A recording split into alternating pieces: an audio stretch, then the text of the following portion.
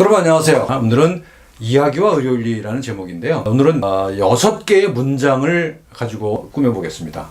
일단 읽어드리면요. 일단 첫 번째, 신념은 의식화된 습관이다. 신념은 의식화된 습관이다. 샌더스 퍼스가 한 말입니다. 두 번째는 윤리는 살림살이의 지혜다. 윤리는 살림살이의 지혜다라는 게 두 번째 문장입니다. 세 번째는 윤리는 이야기와 닮았다. 윤리는 이야기와 닮았다. 그러니까 세 번째 문장이고요. 네 번째 문장은 윤리는 상대방의 경험에 참여하여 의미를 포착하는 것이다. 윤리는 상대방의 경험에 참여하여 의미를 포착하는 것이다. 다섯 번째, 윤리는 이야기 전체의 의미와 걱정거리를 공유하는 것이다. 윤리는 이야기 전체의 의미와 걱정거리를 공유하는 것이다. 여섯 번째는 이제 의료 과오에 관련된 건데요. 환자와 공통의 이야기를 만들어 나감으로써 우리는 의료 과오나 의료 소송 같은 것들을 충분히 막을 수 있다 하는 얘기입니다. 이렇게 6개의 문장인데요. 하나씩 조금 살펴보십시다. 첫 번째, 신념은 의식화된 습관이다. 신념은 의식화된 습관이다. 예를 들면 정치적 신념을 가지고 있다 칩시다. 좌파 또는 우파 신념을 가지고 있다 칩시다. 그러면은 이거는 다른 사람과 논쟁할 때 해석이 잘 안 되죠. 중간과 접점을 찾아가면 될 것 같은데 항상 그렇지 않습니다. 좌쪽 또는 우쪽으로 정치적 편향을 가지고 있으면 똑같은 사실을 하더라도 그 편향의 필터에 걸려서 들어온다는 겁니다. 근데 그런 편향이라고 하는 것이 결국은 습관인 것이죠. 생각의 습관이고요.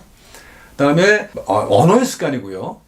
또 느낌을 또 습관적으로 가지게 돼요. 느낌도 상당히 습관일 수 있습니다. 물론 느낌은 그냥 직관적으로 나오는 거라고 할 수 있지만 사실은 잘 분석해 보면 느낌이라고 하는 건 내가 뭘 느끼는가 하는 것도 그것은 습관에 따라 달라질 수가 있습니다. 습관에 따라서 내가 느끼는 바를 다르게 할 수 있죠. 예를 들면 우리 예술 작품 같은 거를 보십시다. 우리가 아무것도 모를 때는 감흥이 전혀 없던 작품들도 뭔가 조금 알고 나면 그 감흥이 새로 오잖아요. 느낌이 오잖아요.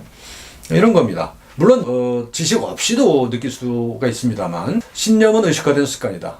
윤리적인 신념도 마찬가지입니다. 우리가 어떤 공부를 해 나가고 그런 경험을 쌓아가면서 그게 이제 의식에 머물게 되면 그것이 바로 신념이 되는 거죠. 윤리적 신념이 되는 거죠. 그래서 윤리라는 것도 그런 신념들이 다투는 문제인 것이죠. 그 신념은 결국은 습관의 결과물이다 하는 거가 첫 번째 문장입니다. 그래서 그러니까 우리가 윤리를 학문기하기 위해서 그런 습관을 바꾸는 것이 필요하다는 얘기가 되겠죠. 그 습관을 어떻게 바꿀 것인가를 논의를 해야 된다는 얘기입니다. 두 번째, 윤리는 살림살이의 지혜이다. 살림살이라고 그러죠. 우리 인간이 살아가는 방식이 모두 다 살림인 것이죠. 살림살이인 것이죠. 이코노미란 말은 집이란 말이에요. 그죠? 근데 이콜로지란 말도 비슷한 어원을 가지고 있는 거죠. 이콜로지, 그러니까 생태학도 또는 경제학도 집이라고 하는 어원에서 나온 말이에요. 결국 살림살인 거죠. 의학도 뭐예요? 결국은 몸의 살림살이입니다. 몸의 살림살이. 내 몸을 어떻게 살리고 살아갈 것인가에 대한 얘기가 그런 체계가 의학인 것이죠. 그래서 윤리는 살림살이의 지혜이다. 윤리는 살림살이의 지혜예요. 욕망을 억누르는 게 윤리가 아니라는 겁니다.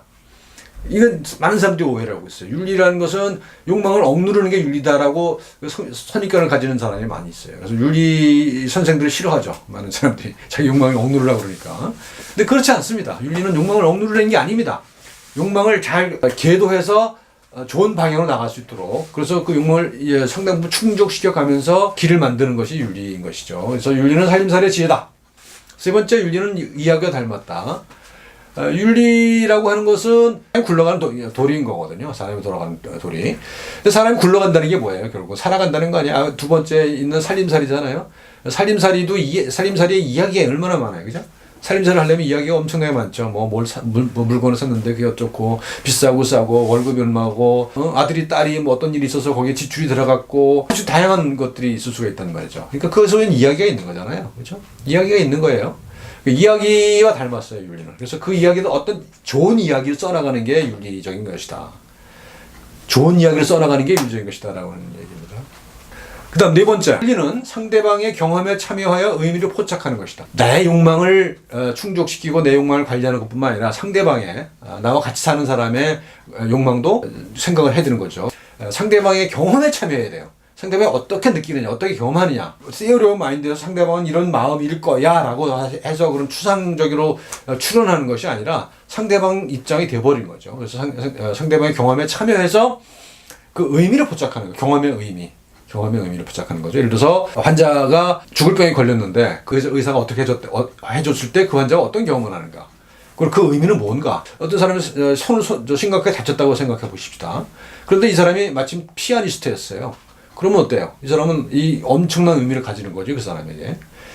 이제 그런 식으로 이제 상대방의 경험 속으로 들어가서 그 의미를 포착해내라. 그 다음에 5번째, 윤리는 이야기 전체의 의미와 걱정거리를 공유하는 것이다. 이야기 전체의 의미예요. 물론 이제 지금 얘기한 것처럼 뭐 어떤 그 나쁜 소식을 전하는 그 한 장면도 이야기이긴 하지만 사실은 환자라고 하는 사람이 살아가는 전체 스토리가 있잖아요. 전체의 의미가 있는 겁니다. 내가 어떤 사람이고 싶은지, 내가 원하는 행복은 뭔지, 뭐 이런 것들을 전체의 의미를 파악을 해서 그걸 공유하는 것이다. 4번째는 포착하는 거라고 그랬잖아요. 의미를 포착하는 거라고 그랬잖아요. 5번째는 공유하는 겁니다. 포착만 해갖고서는 제대로 된 윤리적인 행동을 할 수가 없어요. 포착을 하고 그걸 일정 부분 공유를 하는 겁니다. 그래서 그 경험을 나와 함께 하는 거죠. 뭐 똑같이는 못하겠습니다만 우리가 지난번에 얘기했던 것처럼 거울 유론 같은 게 있잖아요. 그래서 그 거울 유론을 통해서 상대방을 이해하는 거죠. 상대방의 똑같은 상태에 돌입함으로써 상대방을 이해하는 그것이 바로 공감의 원리잖아요. 그래서 그렇게 해서 걱정거리를 공유하는 것. 그러니까 치프 컨서 우리 이번 학기 제목이 치프 컨서이잖아요. 주요 걱정거리, 주요 근심이거든요. 그러니까 주요 걱정거리, 주요 근심을 나누는 것. 이것이 이제 윤리적인 것이다, 행위다라는 얘기입니다. 5가지 얘기했어요. 6번째 얘기는 이제 우리가 현실적인 문제로 의료 과오, 의료 소송, 뭐 이런 것들이잖아요. 많잖아요. 지금 점점 더 많아지고 있고 또 환자들이 요즘에는 이제 조금이라도 문제가 생기면 그걸 법정으로 끌고 가는 경향이 있잖아요. 그러니까 이런 문제를 해결하는 방법에 대한 이야기인데요.